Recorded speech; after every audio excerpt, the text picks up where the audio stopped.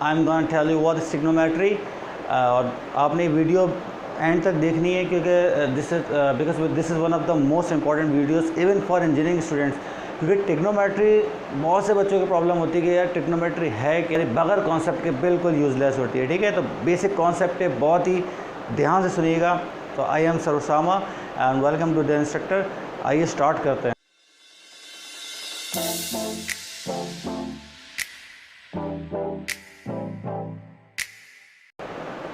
Students, बात यह है कि ट्रिग्नोमेट्री है क्या, बेसिकली उसके थोड़ा कॉन्सेप्ट, ट्रिग्नोमेट्री का मतलब जानेंगे, ट्रिग्नोमेट्री होता क्या है।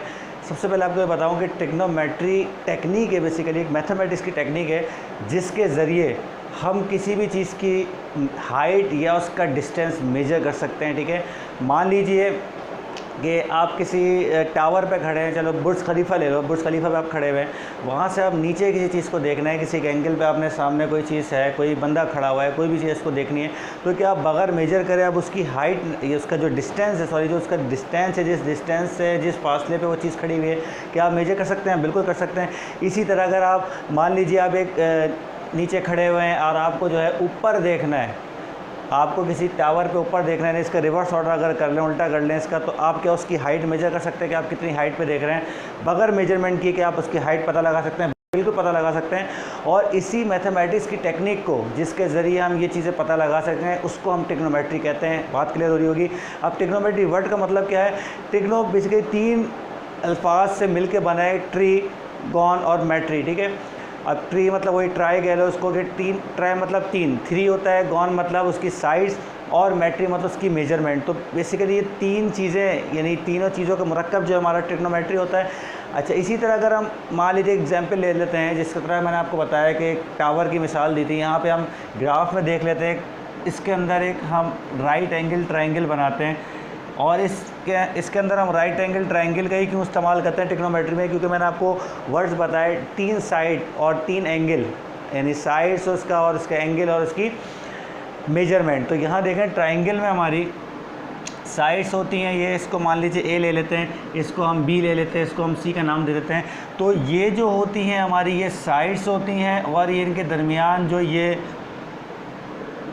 जगहें जो होती हैं इसके एंगल्स कहलाते हैं। ठीक है, अच्छा एक बात ध्यान रखनी है कि अगर हम, अच्छा एक राइट एंगल ट्रायंगल की पहचान है कि एक साइड तो हमारी, यानी एक साइड का जो एंगल होगा वो हमेशा हमारा 90 डिग्री होगा, मीन्स परपेंडिकुलर। परपेंडिकुलर मतलब होता है खड़ी डायरेक्शन में। ठीक है, यानी 90 डिग्री का एंगल बना रहा हो। दूसरा उसका हमेशा जो एंगल है, ये याद रखिएगा, उस एंगल के अपोजिट साइड जो होगी ये उसका क्या कहलाएगा? उसका अपोजिट एंगल कहलाएगा। ठीक है, क्या कहलाएगा? Opposite to the angle A, यानी इसको एंगल ए ले लेते हैं, ये वाली साइड क्या कहलाएगी? अपोजिट टू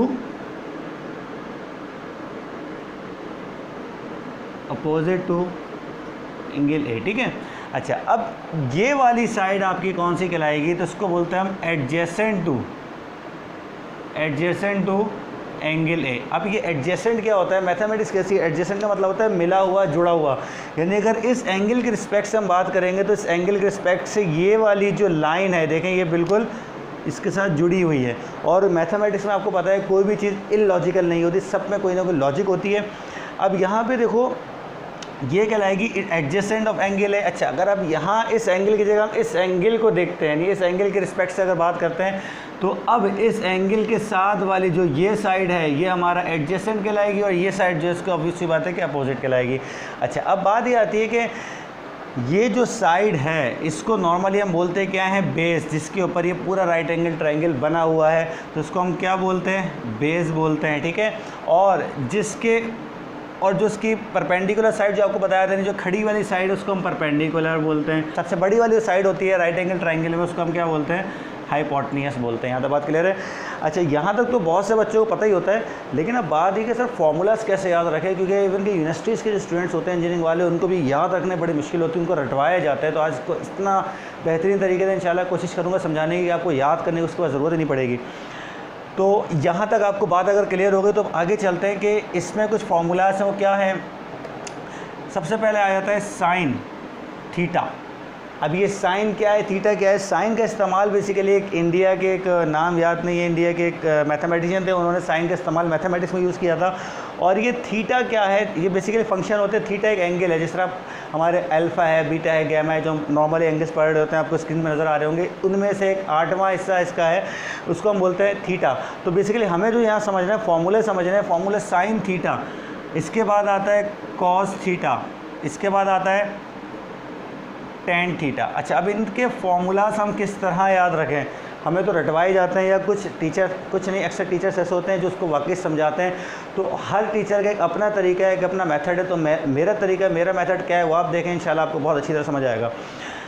अब देखें हमने याद कैसे रखना है कि साइन थीटा, तो देखें बहुत सारी आज मुँह से निकल रहा है, इग्नोर करें इसको। साइन थीटा हमने किस तरह करना है कि हमने ये देखना है कि साइन का फॉर्मूला हमने किस तरह लिखना है। ये हमारा बेस होता है, आपको पता है, ये परपेंडिकुलर होता है, ये हमारा हाइपोटेन्यूस होता है। साइन में आपने समझो ऊपर से नीचे उतरना है, यानी ये आपकी सीढ़ियाँ हैं, लैडर है, ये आपकी वॉल है, ये आपकी ज़मीन है, ठीक है, बेस है आपकी। तो आपने इसमें नीचे उतरना है, यानी आपने क्या करना है, परपेंडिकुलर से, पहले यहाँ दीवार पे खड़े हुए थे, यहाँ से नीचे उतरना है। तो इसका जो फार्मूला है परपेंडिकुलर अपॉन हाइपोटेन्यूस, साइन का फार्मूला क्या होता है, परपेंडिकुलर अपॉन हाइपोटेन्यूस। क्या कहा है मैंने कि इसमें आपने नीचे उतरना है। तो नीचे पहले बैठे हुए कहाँ थे, परपेंडिकुलर पे, तो पहले परपेंडिकुलर आ गया, बाद में उतरे नीचे तो नीचे हाइपोटेन्यूस आ गया। अब देखो कॉस क्या होगा, कॉस में ही होगा कि आप नीचे से ऊपर जा रहे हो, यानी पहले आप नीचे थे, नीचे खड़े हुए थे, यहाँ से ऊपर जा रहे हो, तो इसका फार्मूला क्या होगा, बेस अपॉन हाइपोटेन्यूस। उम्मीद है वो क्लियर हो रहा होगा कि पहले क्या था, हमने नीचे उतरना है, यानी डायग्राम बना के अभी फार्मूला लिख लो। जब भी पेपर्स पर एग्जाम देने जाओगे आप, तो रफ में फार्मूलाज एक बार लिख लेना जब भी ट्रिग्नोमेट्री का सेक्शन जब स्टार्ट करोगे, ताकि बार बार याद करने की ज़रूरत या रिमाइंड करने की ज़रूरत नहीं पड़ेगी आपको, ठीक है। अच्छा, इसी तरह टेन, पहले हमने क्या करा, पहले उतरे, बाद में चढ़े दोबारा, ठीक है। और टेन में क्या था, आप यहाँ पे, जैसे ये एंगल है ना, आप यहाँ पे टेक लगा के बैठे हुए हो। तो जब टेक लगा के इंसान कोई बैठता है तो उसका जो बैक है वो हमारे दीवार की तरफ होता है हमेशा, और जो उसके लेग्स हैं, जो उसके फुट हैं, जो उसके पैर हैं, वो हमेशा ज़मीन की तरफ होते हैं। तो यहाँ पे टेक लगा के बैठा हुआ है, यानी परपेंडिकुलर के साथ बेस को टेक लगाया हुआ है। तो यहाँ फार्मूला क्या है, परपेंडिकुलर अपॉन बेस। ये मेरा मेथड है। अब आपको अगर इससे आसान, इससे बेहतर कोई दूसरे टीचर का आसान लगता है मेथड, तो बेशक आप उसका मेथड को फॉलो करें, लेकिन याद ना करिएगा, इसको रट्टा नहीं मारिएगा, समझ के करिएगा, ठीक है।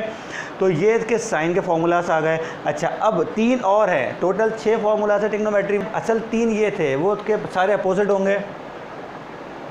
एक आता है हमारा कॉसेक, एक आता हमारा सेक, एक आता हमारा कॉट। अच्छा, अब ये जो 3 है ना, ये इन तीनों के बिल्कुल अपोजिट हैं, यानी साइन का अपोजिट कॉसेक होता है। यानी कॉसेक को मैं यूँ लिख सकता हूँ 1 अपॉन साइन थीटा, ठीक है। यानी जो साइन का है फॉर्मूला वो इसकी जगह पुट करेंगे तो ज़ाहिर है उसका रिवर्स होकर उसका उल्टा आंसर आ गया। यानी अगर साइन का परपेंडिकुलर अपॉन हाइपोटेन्यूस है तो ये हाइपोटेन्यूस अपॉन परपेंडिकुलर हो जाएगा। इसी तरह सेक जो है कॉस का अपोजिट है, तो यहाँ पे आ गया कॉस थीटा। कॉट जो है वो टेन का है तो 1 अपॉन टेन थीटा आ गया, ठीक है। तो इससे बआसानी आप ये वाले फार्मूलाज ही बना सकते हैं, लेकिन असल बेस हमारी ये 3 थी जो इस लॉजिक के तहत हमने